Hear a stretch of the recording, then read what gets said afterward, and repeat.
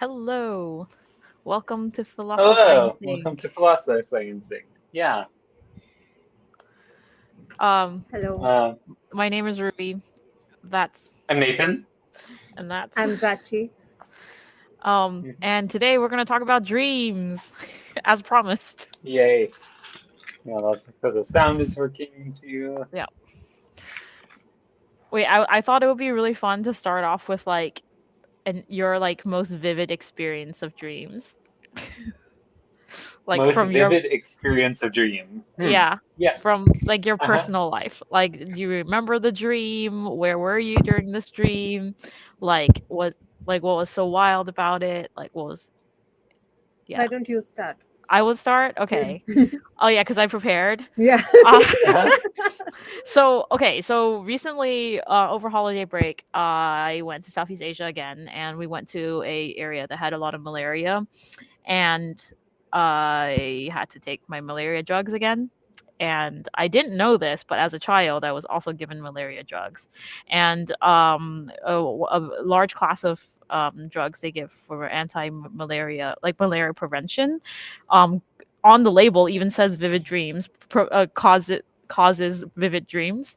I didn't know that that was a thing, Wow. and to this day, I still remember some of these dreams I've had while I was on these drugs. So this time I was like super cognizant of it. And I don't know if I was prescribed the same drugs, but this time I had no dreams. But I remember some of the childhood dreams that I had when I was going places where I would get eaten by mosquitoes. And I don't know if it was a combo of like being itchy and not sleeping well, or that the actual drug actually causing something. But I remember like living in the wild on a raft being chased by wolves, like vividly. Like I was on this Wow. raft being chased and I was like, I can swim, I'll be fine. And I was like, oh no, the wolves can swim too and they're chasing me. And to this day, it's like super like I feel like it was a memory. It's like more of a Uh-huh. almost a core memory from my childhood than like if you told me that actually I lived that, I would believe you. Like if my Interesting. yeah, Yeah. like if my parents told me, I was like, actually no, like that was actually we were So there. it's, but you also have the context of like, you know that you dreamed it, but it just No, seems like extremely yeah, at vivid. the time because I think I had like I woke up from it and Hmm. then I realized as an adult, like I was thinking about it, as an adult, and my mom was like, "Oh yeah, we put you on these drugs when we went there when you were a child," and I was like, "Oh, And you're okay." like, So oh, that explains it. yeah, and then and so anyway, we were the topic was dreams, and I was just like, I went into the rabbit hole of looking up all these malaria drugs and like what causes these like symptoms or these like experience of dreams. Apparently it's like pretty common with the quinine based Okay. drugs, Hmm. and in addition to that, apparently like malaria was actually also used as the treatment for neurosyphilis for a while like in the 20s, and then Like it, it, because it it was just caused high fever or yeah, it caused high fever, and it was like the fever was high enough to like kill the bacterium that caused syphilis. Like this is that was before there causing. was penicillin. Yeah, like that was widely available or even invented yet. So pre-penicillin era, like people were doing wild things, and including like giving people malaria on purpose to Hmm. cause the fevers. And I was just like sat there like literally in like studying fever dreams, and like it actually has like a correlation. like and also there's like these phases where when you're in high fevers, people um like not cure I don't want to be like, guys, go get malaria so like cure your neuropsychiatric disorders, but there has like this guy won a Nobel Prize for it to study for specifically for neurosyphilis. This is not currently the Hmm. treatment we use because we have penicillin now. We don't need to do the crazy Uh-huh. things, and malaria is dangerous on its own, but like it is a thing. Like there is a correlation between um like fevers and certain kinds of drug classes and how we can perceive our sleep states or slightly unconscious sleep dreams. Anyway, that is my story about Yeah. Yeah. fever and I dreams. was No, really cool. I I didn't was know that gonna say we malaria should come drugs back. We cause should come vivid back dreams. to that, but like the um, We like I should think come it's back to interesting the because drugs. yeah, no, I was gonna say we should come back to the temperature part because there actually is like even just alterations in temperature can influence like the amount of time you spend in REM sleep and like the dreams you have. Yeah. Hmm. What did you say, Prachi? Oh, I was just saying that that's really nice information. I didn't know that malaria drugs cause vivid dreams. Yeah. Mhm. I think the ones that they have now, they're probably like less, or they've been like titrating it for years now. But the ones definitely when I was a child, Mhm. like those definitely gave dreams. Yeah. Yeah. So I was looking this up, and it seems like methylquine. Yeah. Apparently, it has some effects that are similar to that of like hallucinogenics, a kind of classical psychedelics. And so they think maybe that is why it causes weird dreams. Yeah. That makes I mean, it makes sense, right? So Uh-huh. a lot of drugs cause like more vivid dreams in general. Like things like alcohol, nicotine, blood pressure drugs, antidepressants, weight loss drugs, like a bunch of them, like have people have recorded as a side effect. Like it causes them to have more vivid dreams. Hmm. And they think it's correlated with suppressing REM sleep, but I wanted to talk Hmm. about like why that Mhm. like actually I don't really know clearly what the correlation is between REM sleep and dream, like and amount of dreams and like the deepness of dreams or the deepness of sleep. So like I think Yeah. Nathan, our resident sleep researcher, is gonna have to talk us through this. Yeah. Yeah. Yeah. Yeah, I think it's interesting because so in part, so I actually ended up doing research on dreams kind of accidentally. It was because I was like working on um, some technology to study sleep with wearable watch systems, and it turns out that is also really useful for if you want to study dreams and especially lucid dreaming.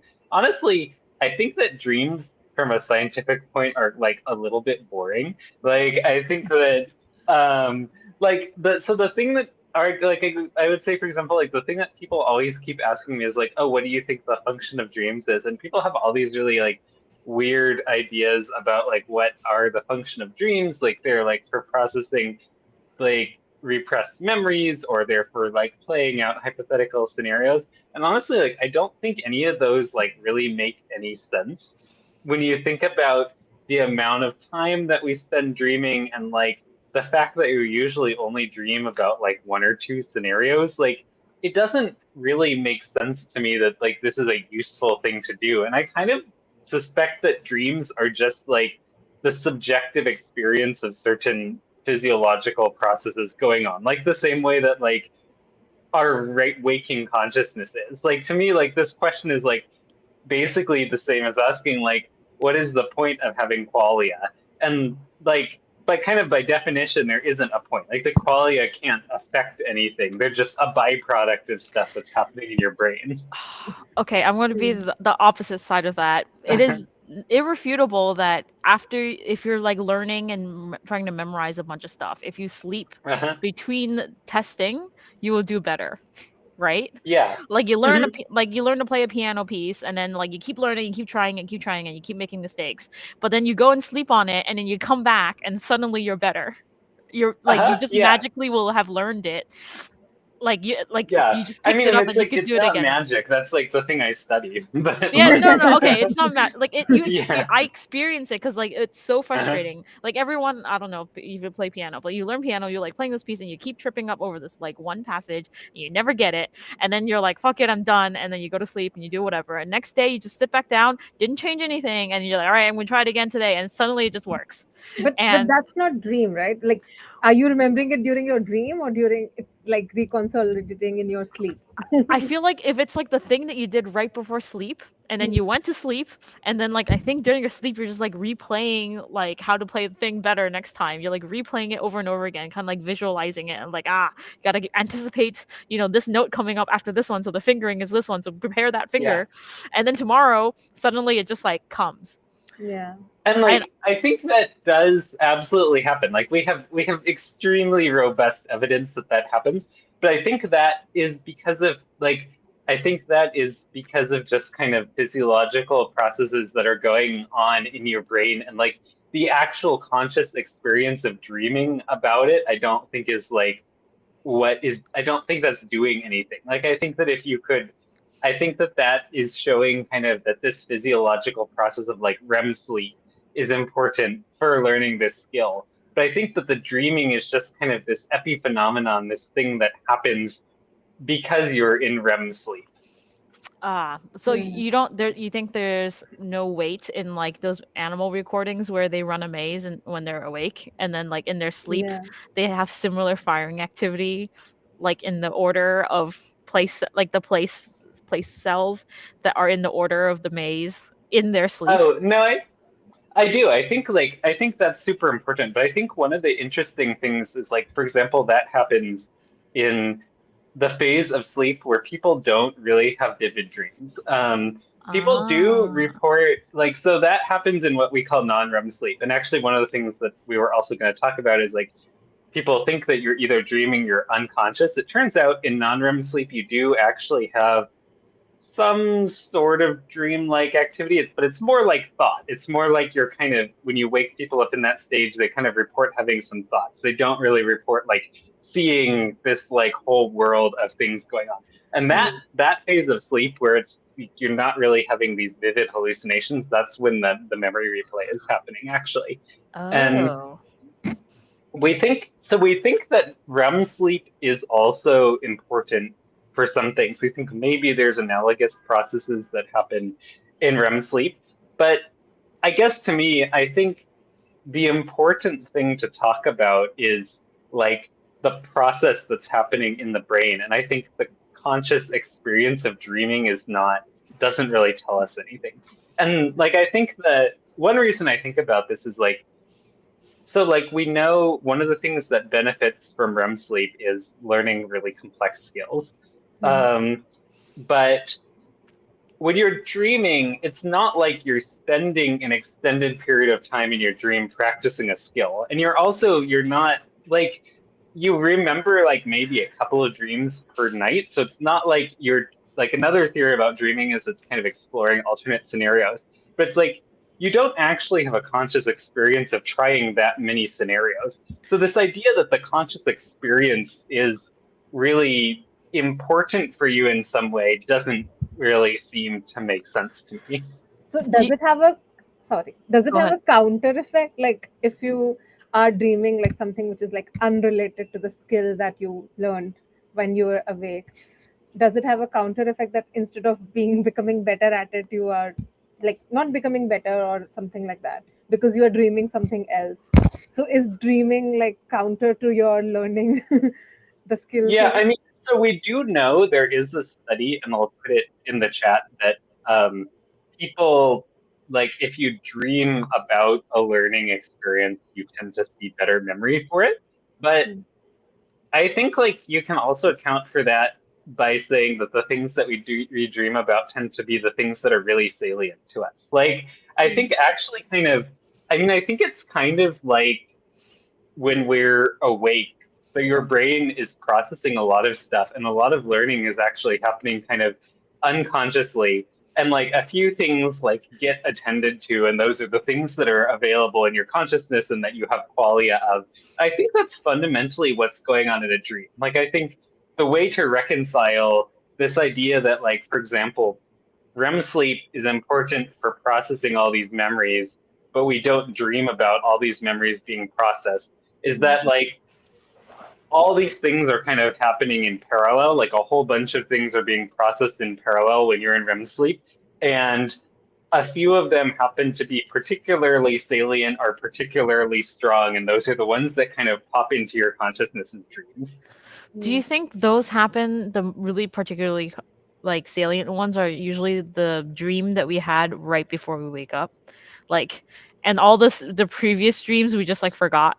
Like they were happening. Like there was like several REM cycles ago you were doing the thing and it was fully you might like you had a full experience but you just like straight up forgot and you only remembered the last one right before you woke up because it was like close enough to when you had the REM cycle that like your brain hasn't like trashed it yet.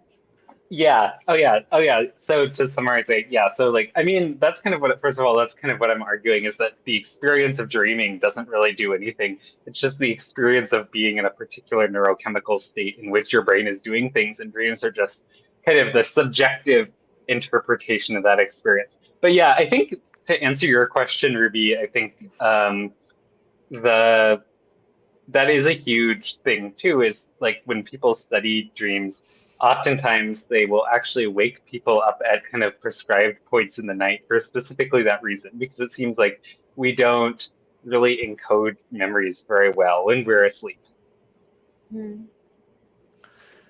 Huh. I wanted to talk more about REM. Like, Mhm. so if you dream during REM, which is kind of Mhm. what's agreed upon, like Yeah. most people agree. Mhm. If you have longer REM because you're sleep deprived, does that mean you dreamed more? Like you had a longer bout of Yeah. dreaming, or do you still have the same amount of dreaming and it's just like within sometime during the REM you had the dream? Like, do you know what I mean? Like, if you want to Yeah. extend your lucid dream trip longer, should you like get super sleep deprived and then like get a really extended REM session immediately I think after? that I think so. I mean, so I think one thing about that is that if you're super sleep deprived in general, you actually will have less REM than usual because your brain will kind of prioritize non-REM sleep first. Ah, Um, but one interesting thing is, so children have more REM than adults do, and they also seem to have a lot more lucid dreams. Um, and so that's not exactly what you were asking, but I do think it's interesting, and that like something like 70% of children are experiencing lucid dreams all the time, and then that seems to just fall off even like by the time you become a teenager, and it kind of continues decreasing throughout your life. Um, and I think that could be tied to the amount or kind of to the intensity of REM that you have. yeah. But isn't REM the deep sleep? So why do we have less deep sleep when we are sleep deprived? Um, so REM is, so it's not exactly deep sleep. It is Okay. like in our current understanding of the physiology, kind of most of the kind of physiological restoration happens in the non-REM sleep. And that's also the point where you're hardest to wake up. So REM actually, I think in most ways would be considered like not super light, but like a medium light sleep. Um, Hmm. and it seems to be that it's less physiologically important for most things too. So a lot of animals, like and in humans, if you deprive them of non-REM sleep, they will start to experience serious cognitive issues and might eventually die. Hmm. Um, if you deprive people or animals of REM sleep, there isn't really anything super obvious that happens. Like a lot of antidepressants will actually just like completely, almost completely eliminate REM sleep, actually. And Yeah. it seems like that is fine, maybe even a bit better. Um, Yeah. and so it seems like the non-REM sleep is more physiologically important, and that's why it gets prioritized when you're sleep deprived. Yeah, you're right. Because I am reminded now, because the activity in REM stage is the same as the activity in the awake stage, right? So Yeah, more or less. essentially, it's Yeah. like, yeah, yeah. So it's, I Mhm. I thought they did these like horrible prolonged like REM sleep deprivation things where they just kept waking them up whenever they started REMing in these Uh-huh. rats, and they dropped dead in like a couple months. Yeah. I thought that was like the argument for why it was like actually important. But I didn't realize it didn't do much. Like, is it different species? Because I also know like dolphins and whales don't REM at all. Yeah, which I thought was interesting. I didn't know that until I saw that in the link. But like, yeah, so dolphins and whales just have barely any, if any, REM sleep was the conclusion. Yeah, yeah, it kind of makes sense because they're mammals that need to swim, so they can't yeah, completely go unconscious. Mhm. So I think they sleep like half a hemisphere at a time, yeah. and so it's weird to have like rapid eye movement of like one eye, like while you're Yeah, asleep. Do you know what I mean? Like it kind of makes sense that those particular mammals don't REM, because it might be like a product of their evolution. Yeah, Like they need right. to survive floating and swimming. At least half a brain needs to be awake at a time. Yeah, Um, and also, I mean, and also like the interesting I mean, I think also the interesting thing about that is when mammals are in REM sleep, we have pretty much a complete nerve block for anything that is not cranial nerve. So that basically means you are literally paralyzed in REM sleep. And even if you're like, I mean, this doesn't really happen in humans, but I'm guessing probably that paralysis would happen in like your whole body, not just like half your body. So I can imagine that's pretty bad for like aquatic mammals. Creatures. Yeah. Yeah, I wonder Yeah. if they swim in circles when they're sleeping. This is a Mhm. internet question. Hold on, we got this. Do dolphins swim in circles know- in sleep?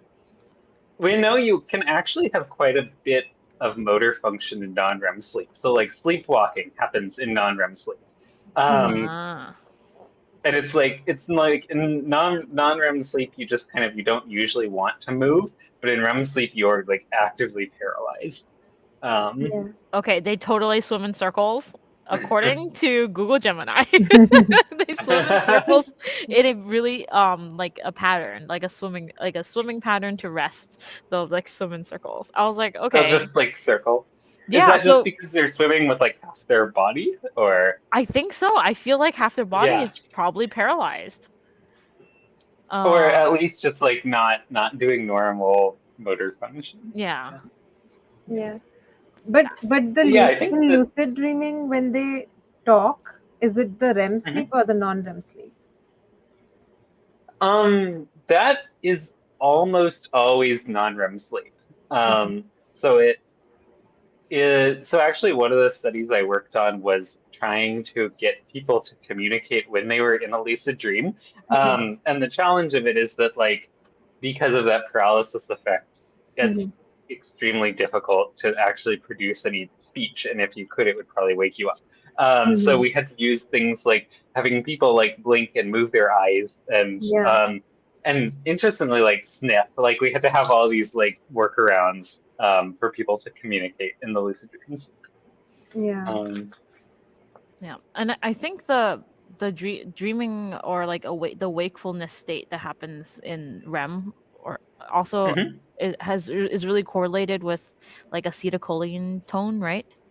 Like in the basal forebrain and in like it's like a cerebellar peduncle amount of acetylcholine.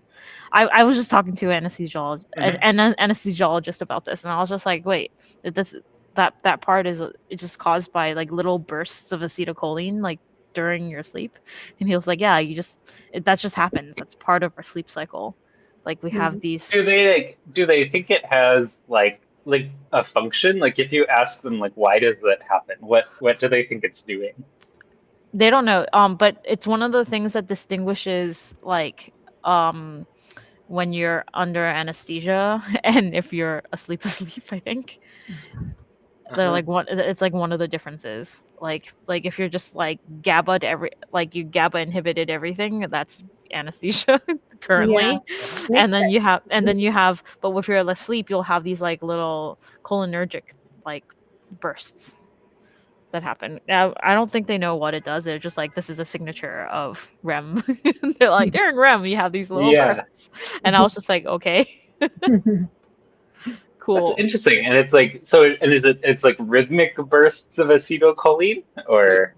I think it just happens during the REM. Like it's correlated with the REM sleep, which I was like, oh, does that mean that's the dream? This is the dream signal? Yeah. So what's interesting is that probably the easiest way to induce lucid dreaming actually is to take an acetylcholine agonist. Okay, like that matches really well. Yeah. Like so a lot of people will take like galantamine. Also, what I was confused by this comment. The mind shell. What the hell? Yeah. Are they confused by who Prachi is? No, we didn't fire Nadira. Like, to be clear. Yeah, no, Nadira is busy at a new lab and does not have time to chat with us weekly. If that's I really thought this was this was supposed to be sent somewhere else and it accidentally came to our stream. Yeah, me too. I was like, wait, she lost her job. I was just like, what? Also, we don't oh get well. paid, so I don't know if it gets counted as firing. If this is like a thing we do for free. Yeah. I mean, I feel like kind of in a rhetorical sense, like we could be like, you're fired. But that was not what happened. She's just very busy. Um, but anyway, I am a tiny dolphin. I don't see things as you do, relax. Got it. But what were we talking about? Something about lucid dreams and Oh yeah, yeah. you were Okay, I telling me was the saying so acetylcholine galantamine, agonist. which is a acetylcholine like agonist Agonist. that's used for dementia most of the time, is also frequently taken to help people have lucid dreams. So Um, does that effectively increase the amount of REM they have too? I'm not sure. That's a good question. Um, Like if they Let did me look it up. EEGs on people who like on days that they are on the Mhm. acetylcholine agonist and on days that they're not on the Oh, yeah. agonist, could be The different, right? effects of galantamine and buspirone on sleep structure. Oh uh yeah, galantamine increased tonic REM sleep, leading to more time spent in REM and shorter REM sleep latency. oh, look at Wow. that. So yeah, so it is actually like making them. I mean, I guess that supports the theory that, or the hypothesis we have that this acetylcholine is linked to REM duration, and then that's also linked to like lucidity. Yeah. So wait, so besides the paralysis part, like the part Mhm. where our brain stem is like, don't move, if that was Uh-huh. that inhibition was gone, would we all be sleepwalking all the time? Oh yeah, Like and yeah, acting it Yeah. all out? yeah. Yeah, so there is actually there's a thing called REM sleep behavior disorder where this happens. So that is basically when that thing fails, and what that causes to happen is it causes people to act out their dreams. And it's clearly quite dangerous, actually, like when you see people diagnosed with this. It's also interesting.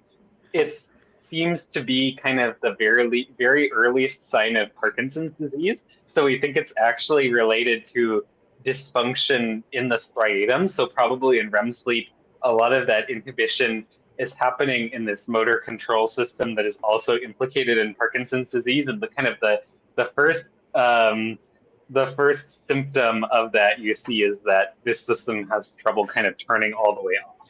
Oh, I can see Hmm. that. So it's kind of like that would be like dopamine, right? Because like usually the Yeah, yeah, striatum yeah. cells that are dying are the dopamine neurons, right? I'm sorry. I'm going to read Right. some of the comments real quick. So Ribeye B says sleep is crazy, strangling your spouse and everything. And I find the more I meditate, the fewer lucid dreams I have, but the dreams I do remember are more moral in Are nature. moral in nature. Huh, Ah, interesting. interesting. Sleep fighting and fuck. I um, think this sleep fighting is an Always Sunny in Philadelphia reference. Or no, it's a Parks and Rec reference where Ron Swanson is like, I suffer from sleep fighting. It's a very rare condition.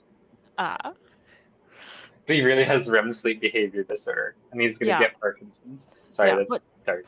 no, but back Um, to the dopamine thing. That's also mhm, quite interesting. So like we don't talk about monoamines very often, but mhm, um, there's a study that actually came out of MIT, where they gave anesthesia to these mice, and just activated their dopamine neurons in the ventral tegmental mhm. area, the VTA, and just during the time that you're activating these neurons, the animals, while being fully drugged and anesthetized, will get up and do a behavior task. Will get up and do like a sensory behavior task, and then as soon as you like stop stimulating these dopamine neurons, they'll go right back down to being anesthetized. And you can pitch them in the foot and everything, and they won't respond. But only when you like stimulate these striatal neurons. Hmm. And is this Like, like anesthesia? Like they're like, do they look like they're like slow wave sleep? Like they're generating like lots of delta waves? yeah, I think they have the full Yeah, delta. Like they literally give them like propofol, which is what we give yeah. humans to be under, and Hmm. then they're like completely out, like laying on their back, and all you do is like you stimulate these like dopamine neurons, and suddenly they're like on their fours, and they're like, "What's going on? I see lights. Time to hit the lever and get my food." And then as soon as you turn off the stimulation in these dopamine neurons, they just like conk out again and go back to being fully asleep from the from the propofol or being That's anesthetized. crazy. Like, Yeah, wild. I wonder if that is like a model for what happens in like sleepwalking or sleep talking. Yeah. Like, So more acetylcholine and less dopamine is the normal scenario, right? Yeah. And then suddenly you So just have suddenly these it's just bursting amounts of opposite. dopamine. Yeah, yeah. And then like less acetylcholine and then like just like walking around doing things. Um yeah. Nate's like, I can't handle that. Wait, no. Sorry, I'm just yeah, reading. no. Oh, yeah. Um, I was curious who put like I was looking at our like outline actually, and there was this one paper that was just labeled as cool reconstruction experiment showing us how cat sees the world. Is that like was that like a thing the cat was dreaming about or No, it was not dreaming, but I just found it uh-huh. really cool, like Oh, that I they could see. Yeah. reconstruct what cat is seeing. Like, Mm-hmm. so I was like, wow, if they can reconstruct things from, for example, like what coma patients are seeing or people who can't speak are seeing, it would be so cool, right? Wait, so Yeah. how did they Yeah. do it, Prachi? How did they do it? They did some neural recordings and then they did a decoding and then they tried to reconstruct like some scenarios or some movies when they decoded based on the activities, and when they combined all these images together they formed something which was very similar to the actual image that the cat was shown. So I don't know if we can share that photo, but the human Sure. actually Yeah. looked Uh, like a stick or or something, but in the same like orientation and in the same like, I mean, it was very similar. Like you can say that it's the same thing, but the cat is seeing it in a different way. So And they base it all on yeah. decoding. I don't know how do they do it computationally, but that's what they call it. it's electrical recordings Yes. in where which part of the brain? I don't It says remember which part. LGN. Oh yeah, LGN, visual cortex. Lateral Yeah. lateral So geniculate it's nucleus? mostly the LGN and the visual cortex. Yeah. Okay. That's like primary There's visual like ascending track. Yeah, the ascending track. Yeah, yeah. Yeah. Okay. So it's like I feel like at this point it's almost very, very label liney still here. Like where the edges and stuff yeah, are. yeah. Yeah. Like it's representing the just Like like the kind of the edges, light, visual map. dark. Yeah. Yeah. I was Yeah. so amazed when I saw this. I was like, wow. That's pretty cool actually. And that's And a it would I don't to 1999 or 2001 paper, I think. Oh, that's a lot older than I thought. They were doing this in 1999. Yeah, it's a 1999 paper. So old. So That's I was cool. actually looking that have people yeah. created better images of what animals see. I couldn't find any recent papers. I don't know if you guys have seen any recent papers on this. Like if this was 1999, There's I think now they actually can. so there is actually someone in my lab who is doing this in humans with EEG. I can put the paper in the chat.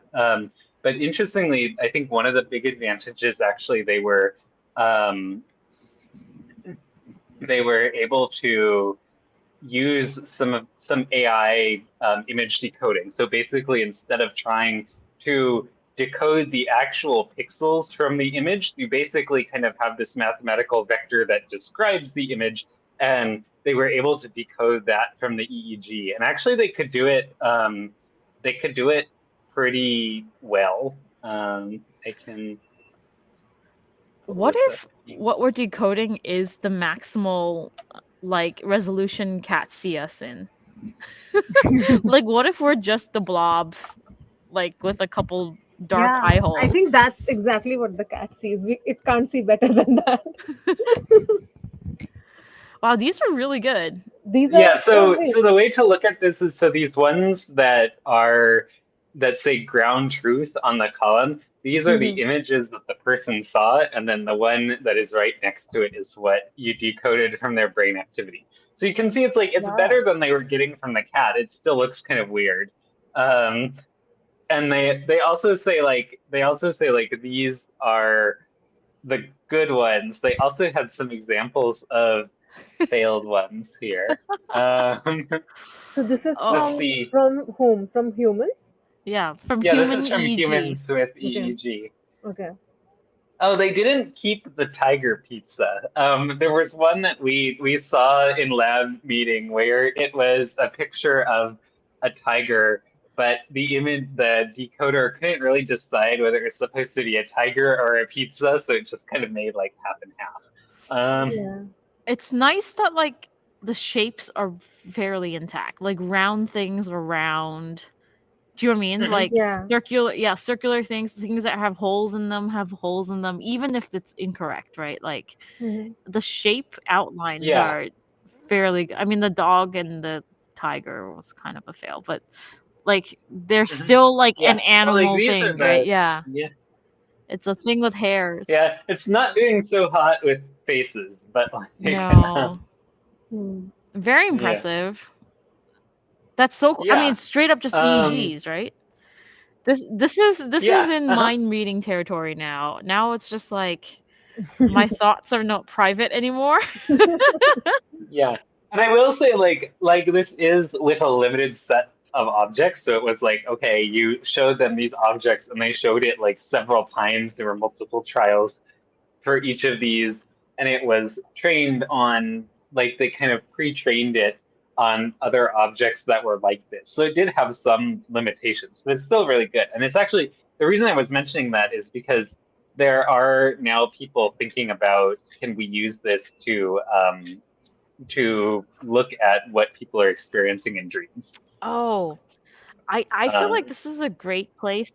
Actually, one of my friends just got a grant to do that. No, Wow. So this is really cool. I was like, there's some parts of this where like we can't really ask an animal how they're feeling or if they're doing what they saw, and like this is a chance where we can kind of, right? We can Yeah. kind of be like, hey, you saw Mhm. this, or like you can imagine if they had paired this image of like something good and something bad, like they could answer good or bad.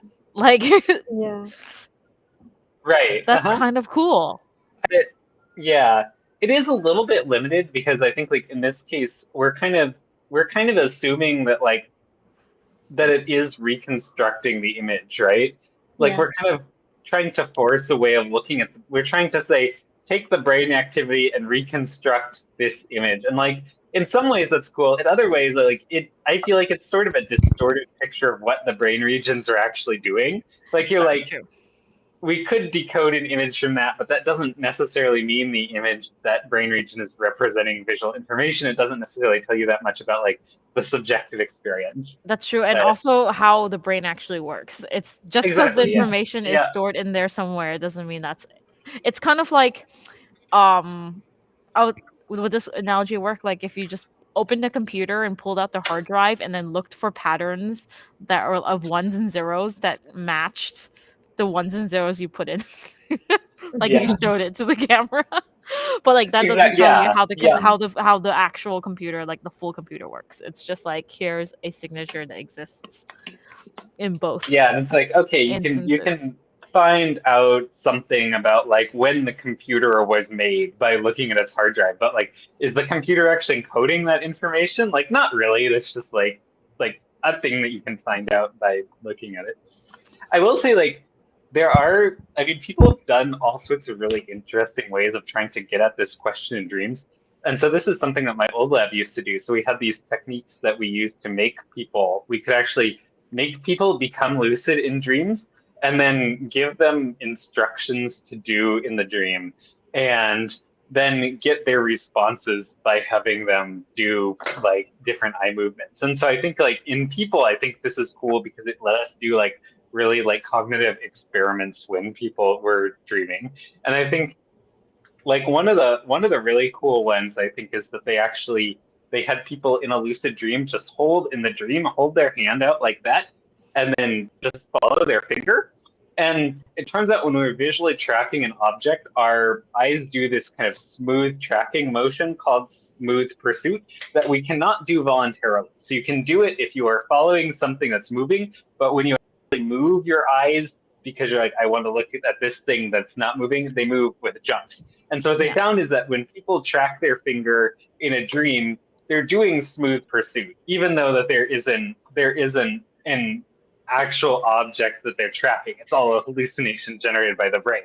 And I so was that gonna say, actually so we calls us, can do smooth pursuit without actually seeing something. yeah. I mean, I guess the way I interpret that is that for those intents and purposes, we are actually seeing it. Like the hallucinations that are in the brain that the brain is generating when you're dreaming are being generated at a pretty low level, to the point where kind of these very low level visual systems actually react like you're seeing something. Oh, okay. Then does that mean when we're hallucinating, it's kind of a form of dreaming too? Because you're seeing something that's not there, or you're experiencing things that no one else. Do you know what I mean? Like, I would say that dreaming is a form of hallucination, Listen. but not necessarily the other way around. oh, okay.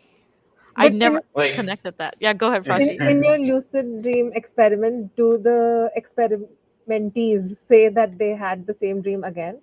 Like when you didn't induce the lucid dreaming in them? Because sometimes I feel like I have repeated dreams, like repetitive dreams. So do they kind of dream about it again when you stop stimulating them? like when they go home the next day, Yeah, or yeah. um, I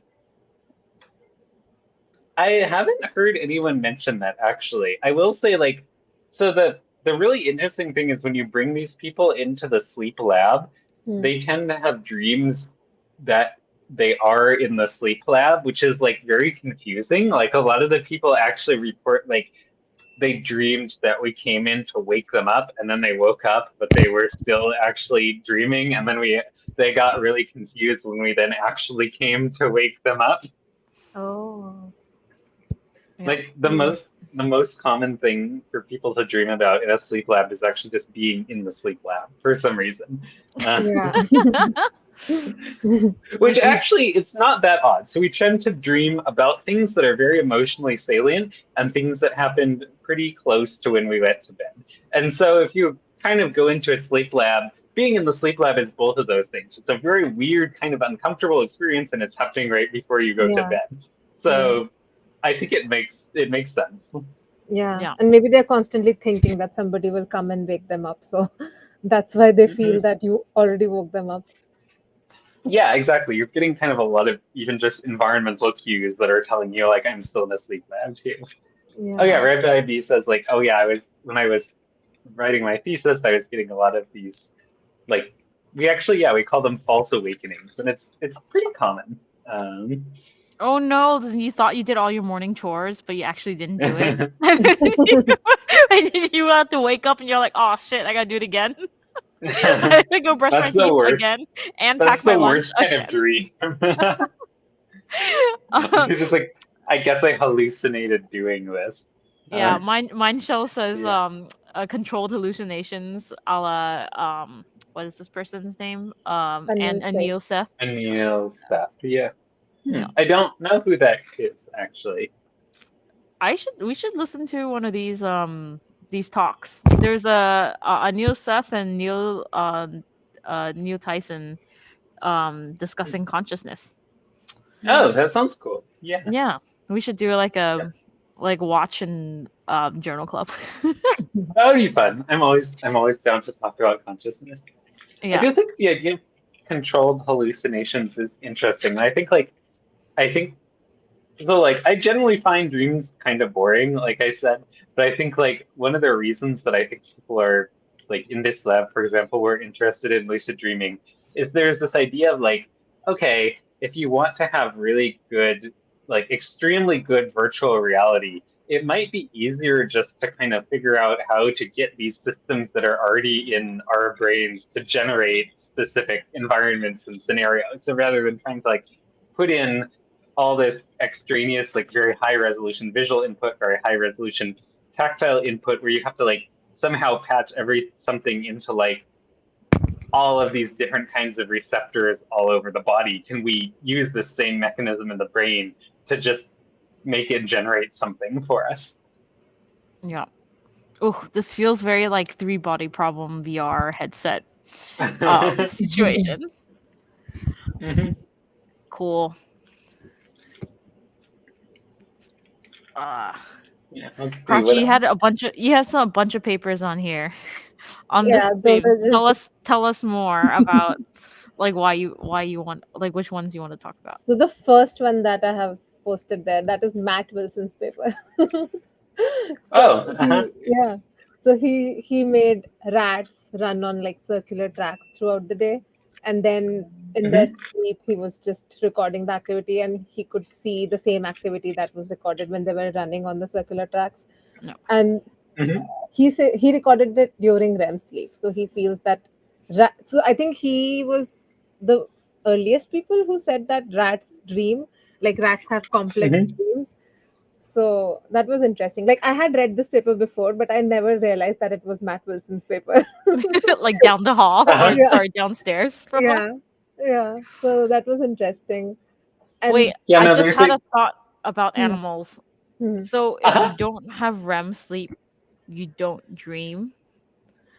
So not necessarily. So like people like so there's actually I was reading another paper about this which was saying like if you there's actually documented cases where people really do have the vivid kinds of dreams despite having no REM sleep due to like antidepressants and certain kinds of brain damage and such. So it's less of a one-to-one correlation than I think people assume. Like you tend to Got it. have dreams in REM sleep, but it's not 100% like Got it. necessary.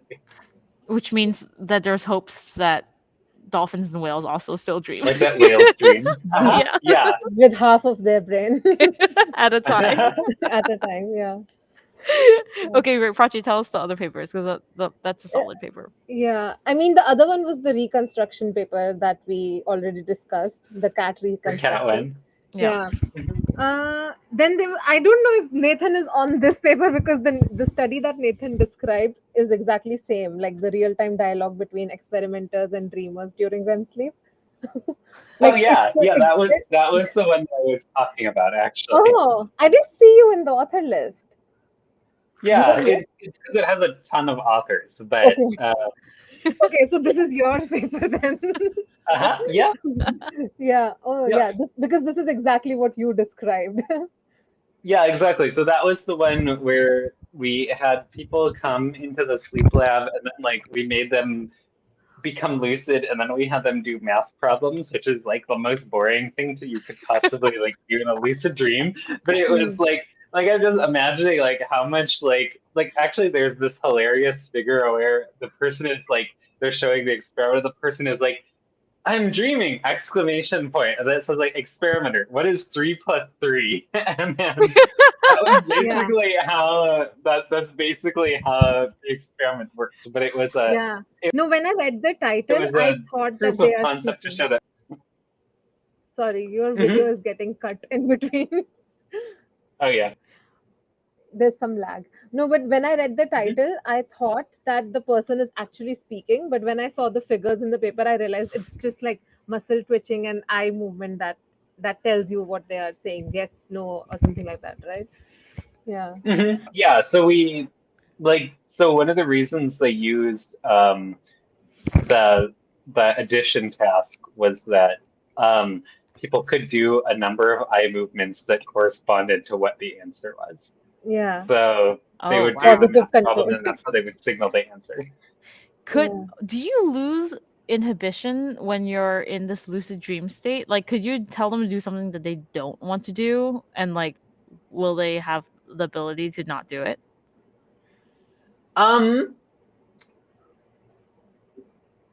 that's a good question. I think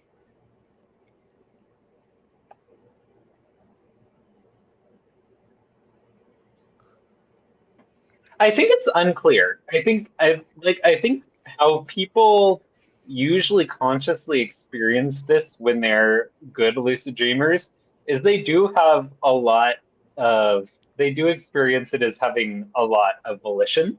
Like they do kind of make decisions about like, oh, I'm going to go over here and do this thing.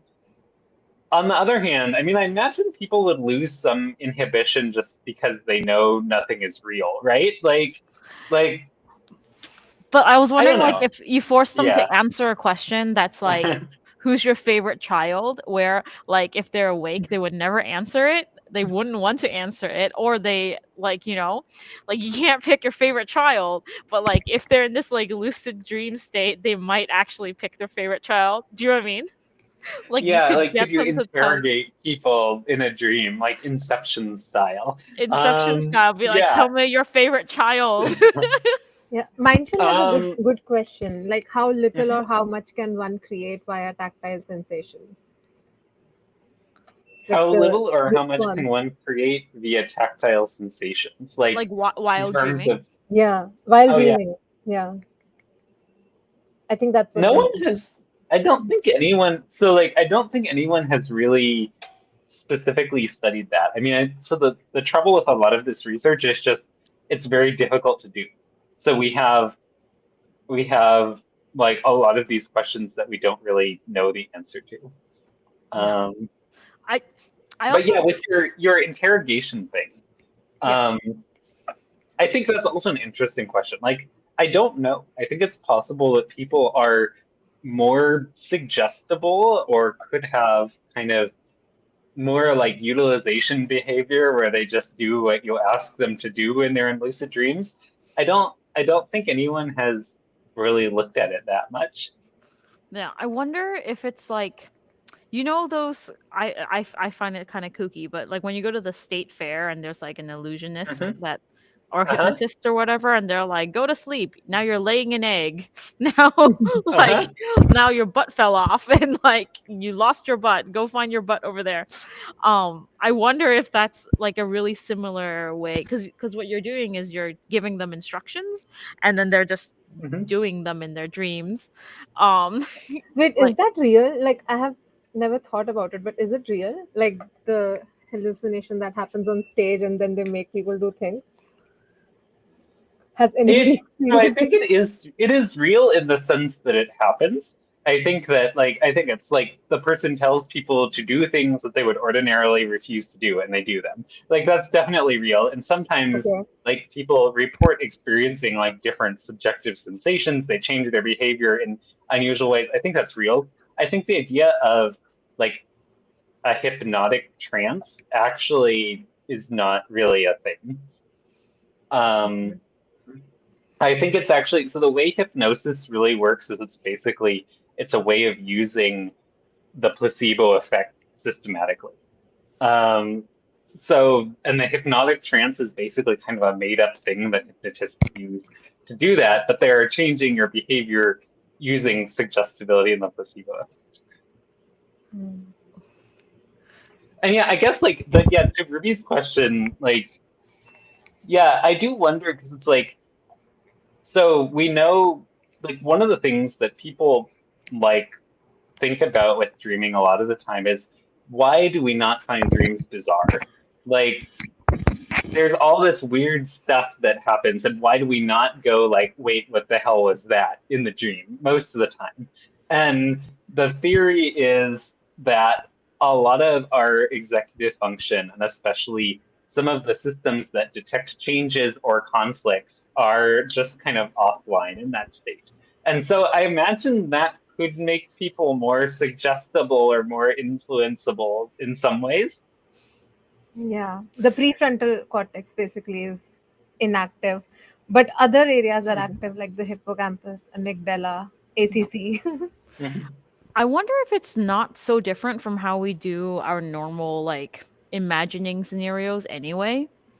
So like let's say you are an athlete and you like look at like the field where everyone is located, you do have to do some pattern recognition and be like, okay, these are the possibilities that are going to come. And so you kind of sit there and be like, okay, if the ball goes there, then it's going to go there, then it's going to go there, or it can go there and then it can go there and can go there, or it could go like, do you know what I mean? Like we practice this regularly and we kind of visualize where the ball's going to go any like Mhm. imaginarily, and like that is a regular thing we do, and our brain probably has these pathways like already wired ready to do it. And so Mhm. like even in your sleep slate and you're kind of relaxed or whatever, you might run these scenarios anyway. So it's not like Yeah, a yeah. weird thing. You're not, it's not super. Like I feel like a lot of my dreams are not crazy weird. Like except for the one where I was on the malaria drugs and chased by wolves. Like the regular ones are And like that one you I'm looking for a bathroom. There's a lot of ones that I'm like, where is the bathroom in my dream? Okay, I'm gonna run down the street. There's gonna be a bathroom in a Starbucks somewhere, and it's just like, let's search for bathrooms. And then you wake up and you're like, oh, I gotta go pee. So you get out of bed and you go pee. you're like, And I wonder what caused this dream, and then you're just like, oh, yeah, like like I what had does a this dream sensory mean? input. Yeah, like in Mhm. both the dream and in my real life, I needed to use the bathroom. So I spent the dream looking for a toilet. Oh, oh, so it was So I motivated do by think the it's real interesting. Like I mean, there is stuff like, for example, in dreams, like you usually are just kind of in the middle of a scenario, and you don't really realize, like, you don't really know how you got there. And like in real life, if you just suddenly were somewhere for no reason, you would kind of be like, what is going on here, right? And in dreams, we seem to not do that so much, which I think it tells us something interesting about how cognition is different when we're dreaming. Like the BS meter is turned off a little bit. Exactly. Yeah. Yeah. Ribeye B says that they every time they get the pee dream, they come closer to peeing in bed. Of peeing in their bed. Oh no. Would your profession change your dreams, like chess players versus ball player? Probably. I feel like a soccer player would think about soccer a lot more than a chess player would think about chess player, and a chess player would think about chess more than they would think about soccer, and they would probably proportionally dream more about their respective sports. Yeah, I bet like I think the amount like the experiences that you have definitely influence what you dream about. It seems like in a weird way. So like Kachi was talking about this rat replay experiment, and that is like so that replay is happening in non-dreaming sleep, and the rats seem to be replaying, and humans actually replay like literally the exact path that they took in a maze. Like you can see that replay and you can map it to like a specific event that happened when that particular rat was awake. The incorporation of experience in dreams seems to be very weird. So it seems like we almost never dream about a specific object that we saw when we were awake. So it'll be like you play a bunch of soccer, you don't dream about soccer, but you'll be like taking a bath and like your bathtub has a soccer ball texture or something like that. Like it seems like the brain does not replay these whole experiences in REM sleep or in dreams, but it's kind of taking elements of them. And no one's quite sure why that is. One theory is that it has to do with like maybe non-REM sleep is for replaying and strengthening very specific memories, and REM sleep is kind of for forging more kind of distant connections. And so there's this process that's kind of trying to form connections between vaguely related memories. That's, I think, the best explanation I've seen so far of that effect. I have a question about the patients the study subjects where you had them lucid dream and do math problems. Are they more accurate or faster, or like in their sleep versus their awake? Like, did you test their like arithmetic skills awake as well, and like did it correlate? Like, were they, if they're really fast at like multiplication but like slower at division, were they also faster at multiplication than they were at division when they were lucid dreaming the maths? We were not able to look at that, unfortunately. Oh Which no. is too bad because it would have been cool if we had. Okay, so you were only able to get them to do a couple like math problems before they would just no longer dream anymore. I mean, no, I think it was just that we didn't do a wake math test for math. And I think they to were also compare very it with. simple questions, which they mentioned in the paper, like Mhm. 2 plus 2. Yeah. So I hope they are faster when they're awake. They're not doing more complicated. Like I Yeah. wonder how complex the task could be, because like the dopamine activation rats, they were doing sensory detection tasks, which is like light Mhm. on and then like go hit the lever, get your food, right? Like they were doing proper, like, reaction time tasks, and they were slower, but they were also like heavily anesthetized. Yeah. Yeah, and so they would train the rat to do the task, and then they would just like activate its dopamine system when it's asleep, and it would just start doing the task again. Yeah, because like the task would just be ongoing running in that cage, and when you I see. activated the Yeah, dopamine, they would like yeah, wake up, and then they would be Hmm. like, "Oh, I'm in the room with the lights. Okay, light go. Let's go get some food." And then they'll start doing it, and they have to Hmm. like nose poke, go over there, nose poke again. Like they have to do the thing over and over again to get the thing. So like they're not randomly doing it; they're doing the task in the yeah. order. Hmm. Um, Wow. I wonder, like, I'm really curious, do you think that would work if they didn't have any environmental cues for what the next thing to do is? Like, do you think that kind of they actually know the sequence of things they're supposed to do when they're asleep, or is it just kind of that they're getting cues that tell them the next thing to do? yeah, I don't think they went tried to make it learn a harder task besides like was Yeah, there a light or not. Yeah, but I wonder if right. like it was a more complex task if they could do it even in this like anesthetized state. Right. Um, And I don't know. I mean, this is fascinating because it really does kind of seem all like a model for sleepwalking, where it's like people will like usually like or often when people are sleepwalking, they'll get up and do a task. Like they'll like get up and like get and prepare some food and then like go back to bed and they'll just be like asleep the whole time. and wake up to a sandwich. Yeah, I mean it's very confusing apparently. I've never sleepwalked, but like people, I mean, you also don't necessarily like go back to your own bed. Um, like you might wake up somewhere else. Like that Outside is your house. that is a little there's cases scary. of people like having sex while sleepwalking, like which seems like extremely disorienting and scary actually. Yeah, that's scary. No, I think waking up in a place that you weren't when you started is really scary Yeah. because it's Mhm. like you teleported. Yeah. like like the experience of teleporting without purposely teleporting is very scary. Mhm. Yeah. Like I But it think can be about that a nice. lot. Like when I was a kid, that's like how my parents used to do road trips, is that we would actually leave in like the middle of the night so they didn't have to deal with us like being annoying in the car. Like they just like scoop us up, put us in the car, like we'd drive out to the coast and then we'd wake up and be at the coast. And you're like, welcome to our vacation spot. Yeah, like we were just like, okay, we just got teleported. Okay. Yeah. I wonder if that's what it is like when we wake up. And because it's so jolting that like we were like suddenly teleported from like, the soccer field to like our bed, you're like, oh, okay, cool, cool, cool, cool. That was a dream.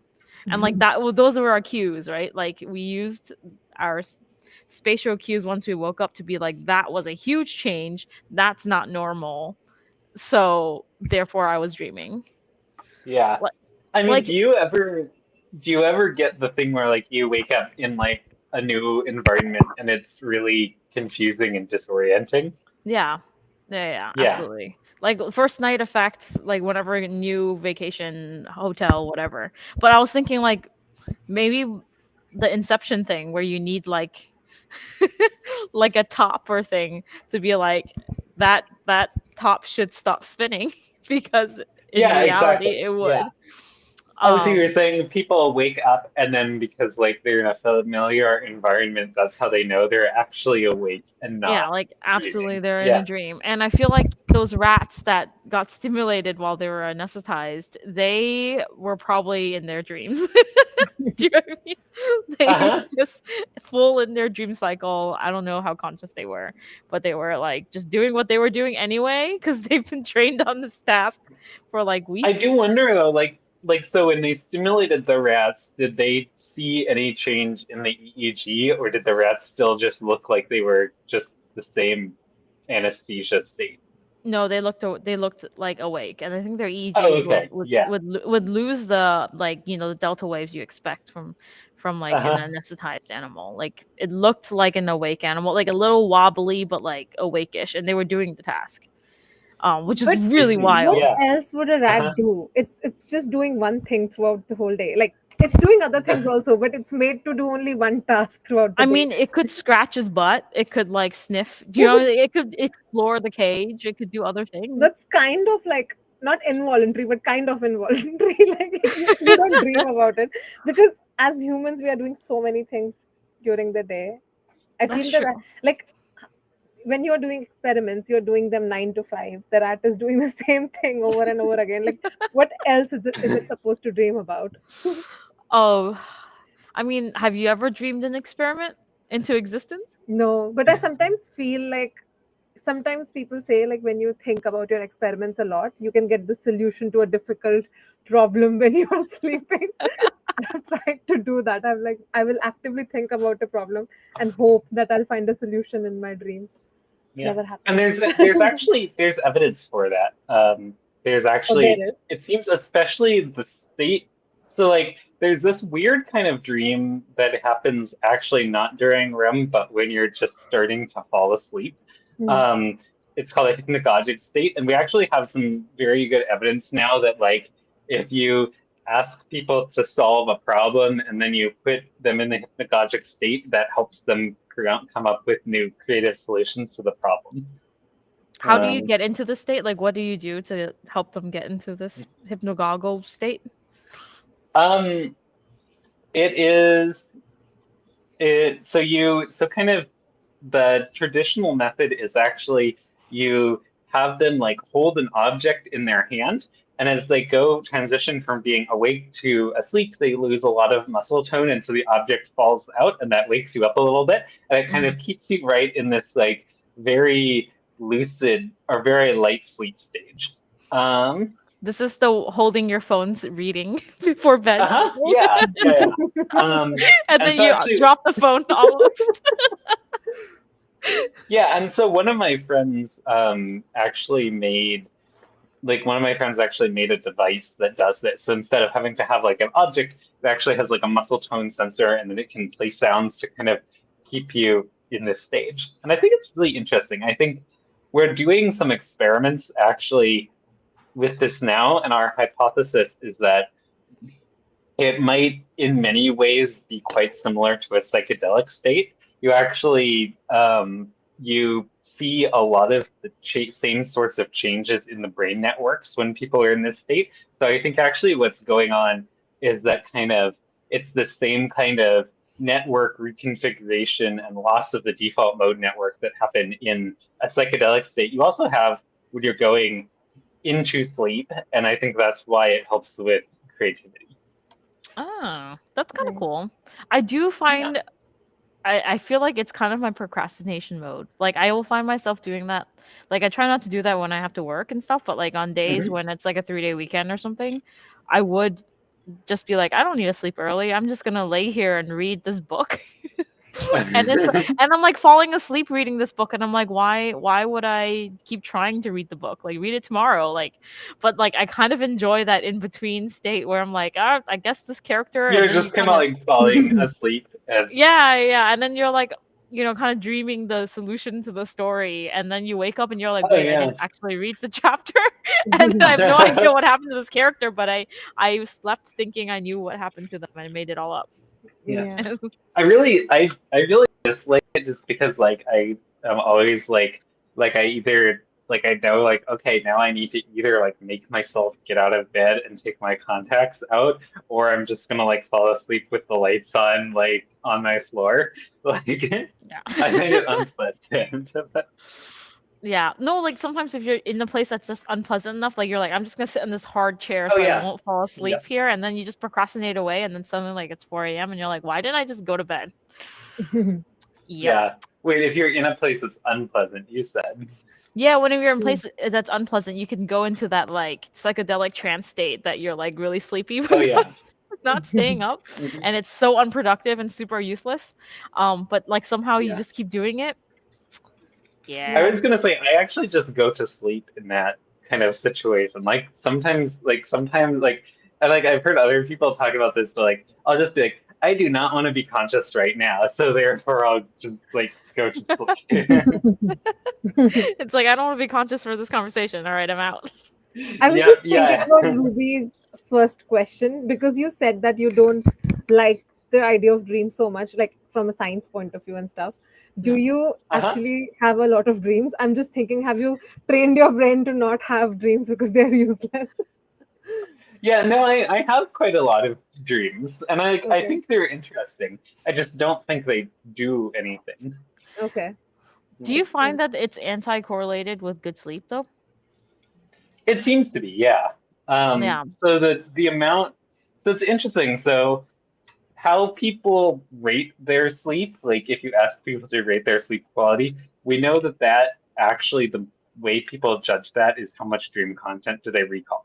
So it seems like that your rating of your sleep quality is actually more linked with how much dream content do you recall than like measurements of your amount of REM or deep sleep or anything like that.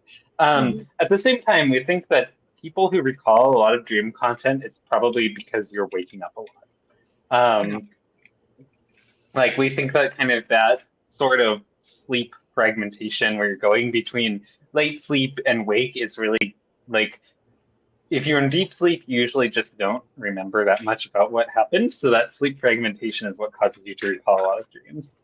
Yeah, I was Mhm. thinking that too because I Yeah. feel like the nights when I feel really rested and like I feel like oh I'm actually a smart person today, no idea what dreams happened. Like I was like those are dreamless nights. Like it was Those like, nope, yeah. yeah, those are nights where like my head hits the pillow and then I hear the alarm and I was just like all right time to work and I feel great. The nights when I'm like didn't sleep well or like the temperature was weird or like I was itchy for some reason and I had dreams did not sleep well. Like those correlate for me personally. I don't know if it does for everybody. But sometimes I have so good like vivid dreams, like so good dreams, like I can narrate the whole thing. So that time I'm like, I wish I could record these dreams, you know? Like Dumbledore's memory extraction spell in Harry Potter, where he used to take out his memory and I was like, I wish I could do that. It's so clear in my head right now. And you're like, then I could go back into the pensive and like Yeah. And read. re-enjoy it Yeah, again. because sometimes I have such Actually, yeah, like beautiful what would images. you do it once you recorded it? Like would you want to be able to like re-experience it as a dream or would you just want like have a video of it or No, just see it because you know, in my Mhm, when I wake up, I know that I saw such beautiful places, such beautiful images. mhm. So I'm like, I wish I could show it. Like when I'm narrating that dream to somebody, I'm always like, I wish I could show it to you. Like it's so beautiful. But when I come to talk about the details, I can't because the details get blurred as you wake up. So I'm Mhm. like, I wish I could record it. Yeah. Yeah. I've noticed that a lot of my dreams are very visual. Like they're rarely auditory. Like I don't remember Mhm. like music in my dreams, which Like the sounds or smells or like yeah, yeah. it Yeah. kind of supports the idea that REM is just like this time. It's just this is a side effect of your like visual cortex being Yeah. like, we need to save this room for the eyeballs for the daytime. Please do Yeah. not invade our space. And it's just like protecting its like sovereignty over that part of the cortex. Yeah. And Yeah. they're just gonna play hallucinations of random visual shit that you are interested in staring at, so that it could keep playing it, so that it keeps the space. That's Yeah. you know, Although I do wonder how much of that is like a recall bias thing too. Because I think like when we have dreams, we usually don't have very strong memories of them. So we tend to tell kind of like the gist of what happened. And I think people usually tend to express that visually. Like the fact that like your dream smelled like poop is usually like not that relevant to the plot. So kind of I Yeah. wonder if it's like a artifact of how just having weak memory of it too. oh. But then if I had a choice, then it would be like the coolest soundtrack. Do you know what I mean? Like my life would have like, full theatrical like Hans Zimmer sounds, and yet I don't remember any of that. Yeah, but Like I if think I had a so I choice, I guess would put that on, right? this would be like this is why we need the like real-time dream communication because that eliminates the like memory confounds and then you can just ask people like what does your dream smell like and then see what they're experiencing. Got it. Yeah. Very cool. Oh, with that, I think we are out of time. True. Yeah, we're a bit over time actually, but this has been really fun. Yeah. Yeah, this is really Yeah, fun. Thank you for it's fun. joining us. We're Philosophising. Join us next week for another topic. A stream. Yeah. Yeah. Yep. Right. See you all. Bye.